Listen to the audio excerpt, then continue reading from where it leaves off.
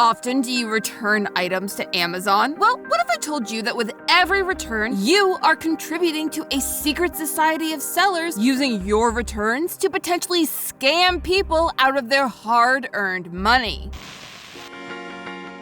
Hello, Internet. Welcome to Style Theory, the show that comes with a 30-day money-back guarantee once you hit that subscribe button. And speaking of return policies, I've noticed an unusual trend popping up. I just bought 100 Amazon packages, but where the heck did we get these? Which brings us to Black Friday Deals, a store that only sells Amazon return items. I bought this 10-foot tall pallet of your Amazon returns. This box is worth between $4,000 and $5,000 of product returns. So I want to get my cold, sweaty little hands on one of these boxes of Amazon returns. Hold up. When you think of returns, you likely think of broken or damaged items, ones that arrive at your doorstep already in bad condition, so you send them back. But that's not what's happening here, at least not fully. So how did we get here? To a place where your favorite creators are buying piles and piles of returns for content. And who is really responsible? I have a list of 3 potential suspects that might be the cause of this creator conundrum. So let's not waste any time and dive into the first suspect, the one that's written right on the box.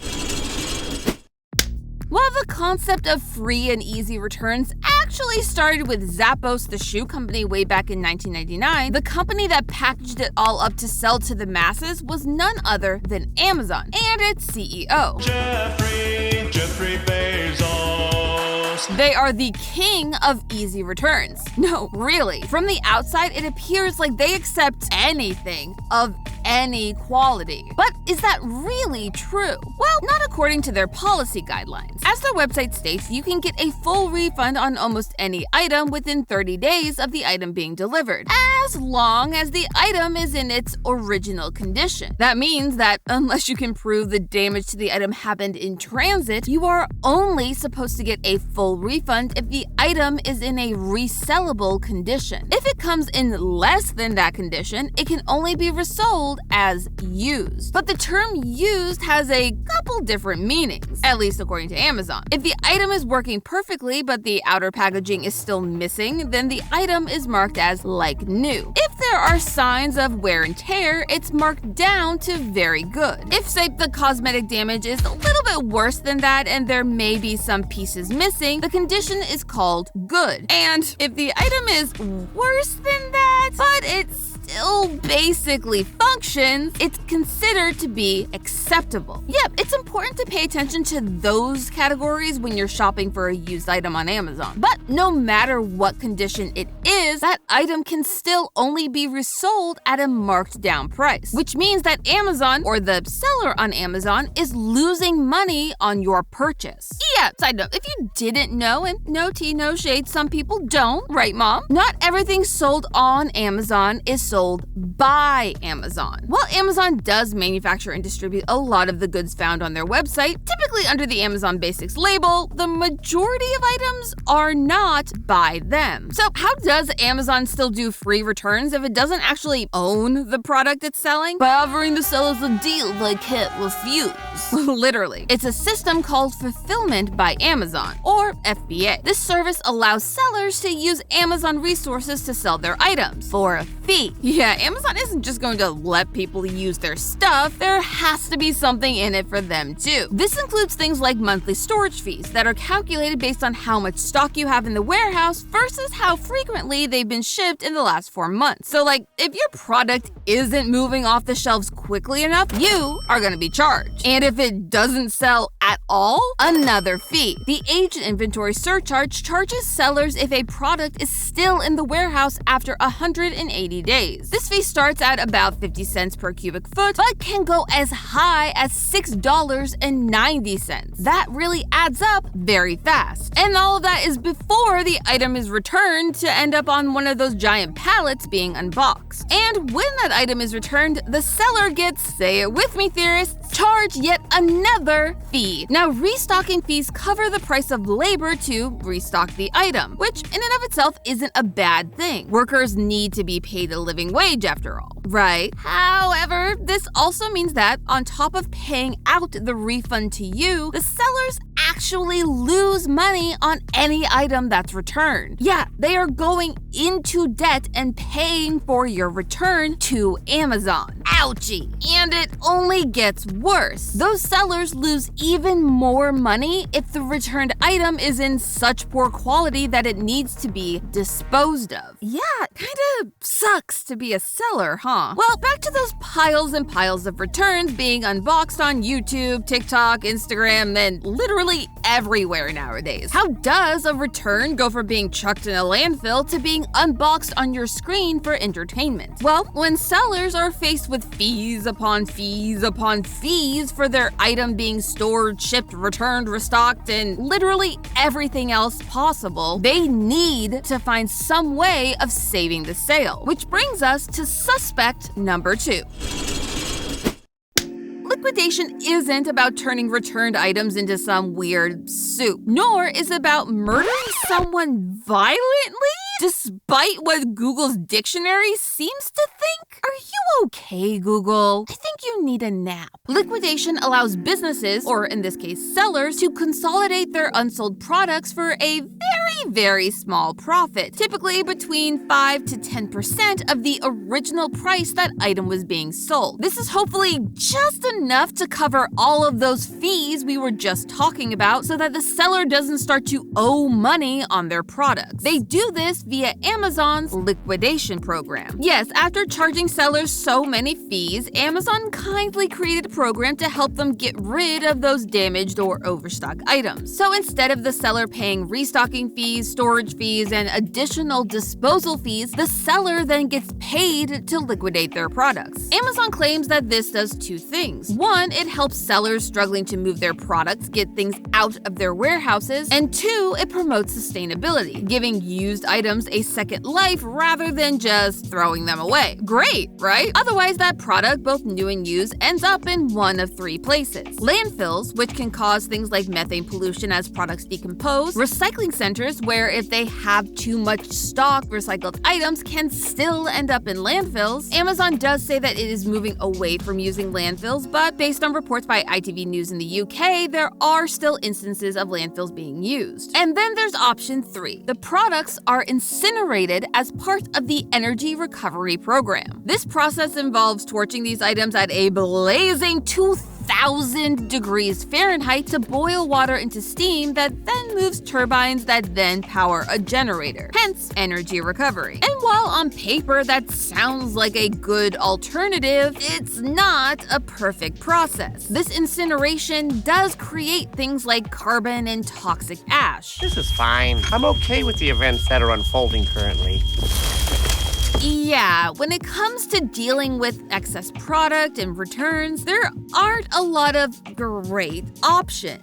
And at the scale that countries like the US are disposing of unwanted items, which comes out to about 292 million tons a year, it is a huge problem, which is why Amazon and its sellers have turned to liquidation. Now, this isn't a new thing. Like Amazon took Zappos' idea of free shipping and amplified it by like 1,000, it took its liquidation sales tactics right out of the 1970s and 80s. You see, when companies go out of business, they liquidate their assets to try and offset the cost of having to close their doors. This can cover things like rent, employee paychecks, and outstanding debts. If you've been following the recent closings of Joann Fabrics, you've been seeing this process play out in real time. You can now see that every single Joann store nationwide will close and are listed on the app and online as a liquidated store. Now, unlike Joann's, Amazon doesn't always sell its liquidated items via its own site. Though, yes, that is an option. You can buy different itemized lots from its bulk liquidation section. These are typically separated out into product categories like apparel, sports, toys, you get the idea. Though the accuracy of these categories are questionable, at least you know what you're buying. right?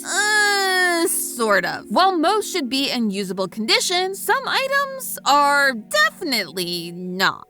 Couch cover. This one's covered in hair, so I'm not gonna open it. This might be a gently used Keurig. As long as they used it gently. Oop, I lost a bit. I lost a bit of the Keurig. But like I said, not all liquidation is done via their website. In fact, it's likely that most aren't. Instead, Amazon works with liquidators, people whose entire job revolves around buying and reselling these large pallets of returns. Of course, Amazon isn't doing this all out of the goodness of its own heart. This is yet another place that it can make a profit. Yes, we are talking about even more fees. The first is a processing fee to liquidate your stock. But that's not all Amazon is taking. It's also taking a cut of your profits from the sale to the liquidator as a referral fee. Holy microtransactions, Batman! What is this, Star Wars Battlefront 2? If you are one of the 2 people to actually get that reference, leave a money emoji in the comments because you are my people. But back to our giant pallets of returns. When you see creators hauling huge boxes that they bought via bidding, it's usually from one of these liquidators, not Amazon directly. This is how the liquidator makes its money back. It's placing a bet that the items in the liquidation lot are going to be worth more than the money they paid for it. Now, when it comes to making their money back, they can do this in one of 2 ways. First, they can turn around and resell the entire pallet of items to an eager buyer, like say a creator looking to make an unboxing video. This individual may then take those items and sort through them to find their individual resale values, and then resell them yet again for their own gain on sites like eBay, Mercari, and yes, even braving the wasteland that is Facebook Marketplace. Listen, there are some great deals, but you can't tell me that some of those listings don't give off serial killer energy. I listen to podcasts. However, if liquidators want to cut out that middleman, they can do the second option, which is creating a store of their own. This week, we're going to be going to an Amazon liquidation store and getting a haul of Amazon customer returns. These are brick and mortar stores, which is a fancy way of saying that they exist in real life so you can physically go and shop there, which is great for you because you get to see the condition of the items that you're buying. So what kind of items are they? Across all online stores, apparel, footwear, and accessories are the most returned products, making up about 26% of all returns. Which, let's be real, getting your clothing size right every time is pretty much impossible. And not just because clothing sizes are a scam. It's just that it's easier to buy 3 sizes and return the 2 that don't fit once, rather than order 1 size, try it on, return it if it doesn't fit, order another size, try it on, return it if it doesn't fit, lather, rinse, repeat. However, right behind it is the second largest category, electronics. Now, surprisingly, most electronics are returned not because of defects, but user confusion. Yeah, a recent survey found that 41% of shoppers had returned a non-defective electronic product in the last 12 months. We really need to read more instruction manuals as a country. This means that these items are completely functional, but only some of them. And that is where we will find our third and final suspect in this capitalism caper. You see, while Amazon and liquidators have certainly benefited from this return renaissance, they aren't the cause. They aren't the ones that turned returns into riches for creators and corporations alike. That, my dear theorists, was all you. Yes, you, watching this video. Odds are you've bought and returned an item or 2 in your life, and I bet that at least one of those was from Amazon. Hey, I'm not judging. I'm just as guilty of giving into free returns as anyone else. Now, returns, in theory, are not a bad thing. If something doesn't fit or it gets damaged in transit, you should be able to get your money back. However, returns have turned into something completely different over the last decade. Back in 2012, the return rate in the US, both in-store and online, was 8.77%, which equals roughly $264 billion. I know. That seems like a lot, but that was just the early days. Online shopping started gaining traction over the late 90s and early aughts, but it didn't become the default until the late 2010s. And then the pandemic hit. Yes, COVID had a huge impact on how we shop and how much we return. From 2020 to 2021, returns increased from $428 billion to $761 billion. The biggest jump on record. But it's not evil that's fueled this return madness. It's ignorance. Most people, me included, never stop to think about what happens on the other side of that return label. Back in January, this clip from Vice Media was going viral. You know who's paying for this? Amazon. Apparently, Amazon use robots to process their refunds. But they do it by weight, they don't even open the packages. I emptied all of the pothole filler I'd be using, filled them up with sand until they weighed exactly the same. And I filed for a refund. Except theorists, as we've learned throughout this entire episode, it's not Amazon who's paying the price here. Now, I'm not going after this guy for what he did. His intentions were good. His information, on the other hand, was not. But after taking a long look through Amazon's seller forum, it is clear there's a big problem. And that problem is return fraud. Now, that sounds big and scary, and obviously something that you would never do, right? You're not buying pothole filler and returning sand, or more realistically, buying a Louis Vuitton bag and returning a knockoff. Yeah, people do that. Dupe culture is wild, y'all. But you may have done something like this. Say you have an important event to go to, and you want to dress to impress. So you buy an expensive dress or suit to wear to that event. But because it costs so much money, you buy it with the intent to return it for your money back. Doing this is technically return fraud. Yeah, but don't worry, the police are not going to show up at your door for this. But these businesses just might. Return fraud accounts for an estimated 13% of returned items. That's roughly $101.9 billion in profit loss. And that cost isn't hurting big businesses like Amazon. It's hitting the sellers, the workers, and everyone else except Jeffrey Bezos.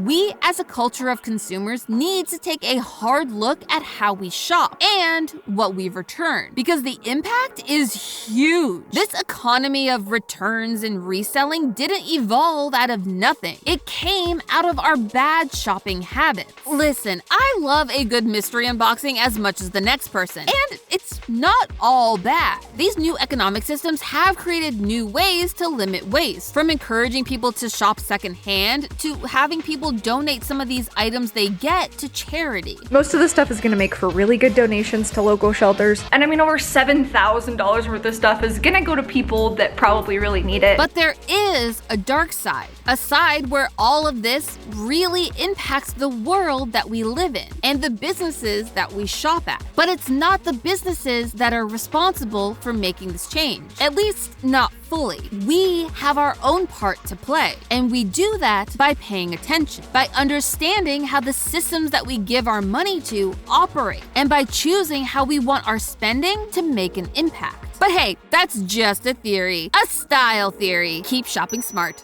Next time on Style Theory. According to the Post, if Cassie continued to try to enforce her patent, she would be facing a potential lawsuit against her. What? They can do that?